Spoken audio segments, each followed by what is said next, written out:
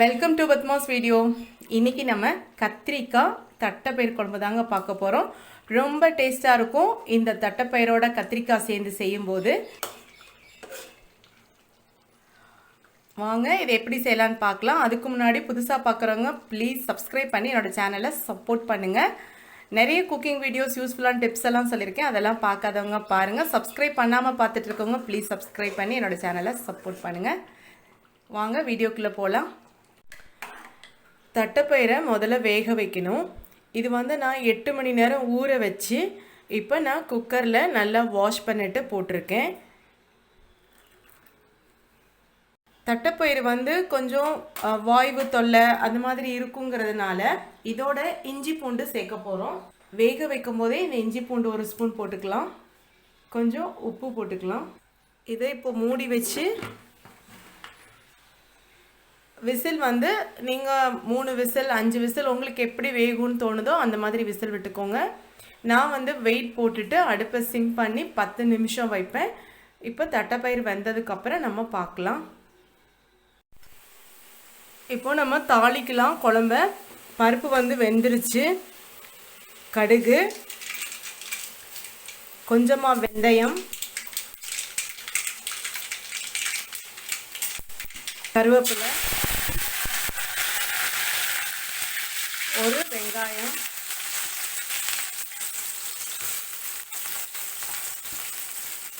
ஒரு தக்காளி. Medium size வெங்காயம் 1 எடுத்திருக்கேன். மீடியம் சைஸ் தக்காளி 1 எடுத்திருக்கேன். சின்ன வெங்காயமாக இருந்தால் ஒரு 10 சின்ன வெங்காயம் போட்டுக்கலாம்.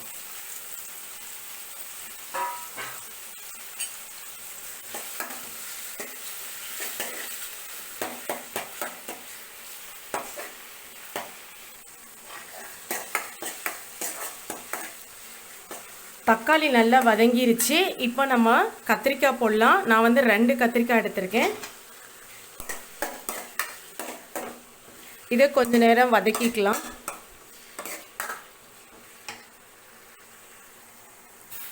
இப்போது தேங்காய் அரைக்கணும். தேங்காய் ஒரு இந்த மாதிரி ஒரு சின்ன சின்ன பீசஸ் தான். நான் ஒரு 15 பீஸ் எடுத்திருக்கேன். தேங்காய் கூட குறைச்சல் நீங்கள் பண்ணிக்கலாம். கொஞ்சமாக தேங்காய் ஊற்றினா தான் பிடிக்கும்னா கொஞ்சமாக ஊற்றிக்கலாம். இதோட நம்ம கொஞ்சம் சீரகம் சேர்த்து அரைக்கணும். தேங்காவோட கொஞ்சம் சீரகம் சேர்த்துக்கலாம். ஒரு அரை ஸ்பூன் போட்டுக்கலாம். அரைச்சாச்சு. ஒரு சின்ன லெமன் சைஸ் புளி எடுத்து அதை கரைச்சி வச்சிருக்கேன்.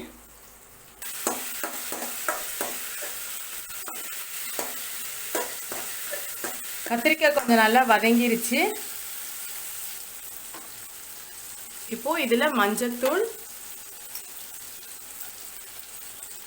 காரத்துக்கு ஏற்ற மாதிரி மிளகாத்தூள், 2 ஸ்பூன் மல்லித்தூள்,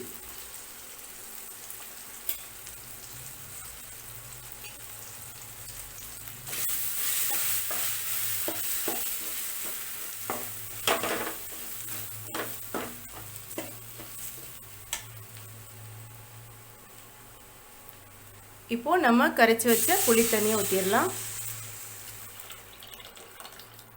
தேவையான அளவு உப்பு,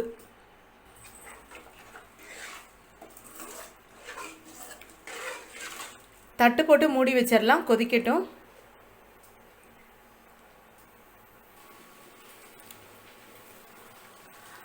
நல்லா கொதிக்குது.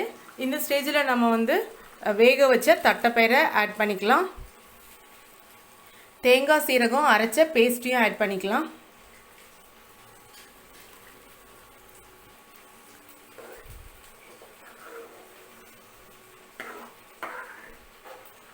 நல்லா மிக்ஸ் பண்ணி விட்டுருங்க.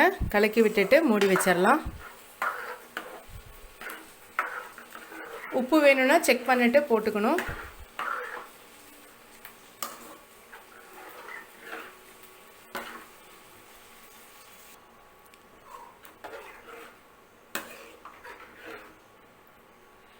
இப்போ நம்ம தட்டு போட்டு மூடி வச்சிடலாம். கொதிக்கட்டும் குழம்பு.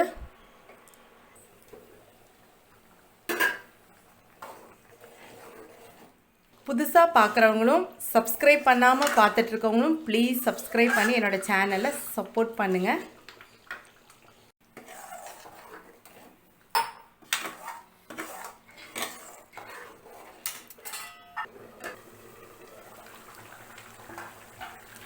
குழம்பு நல்லா கொதிச்சிருச்சு.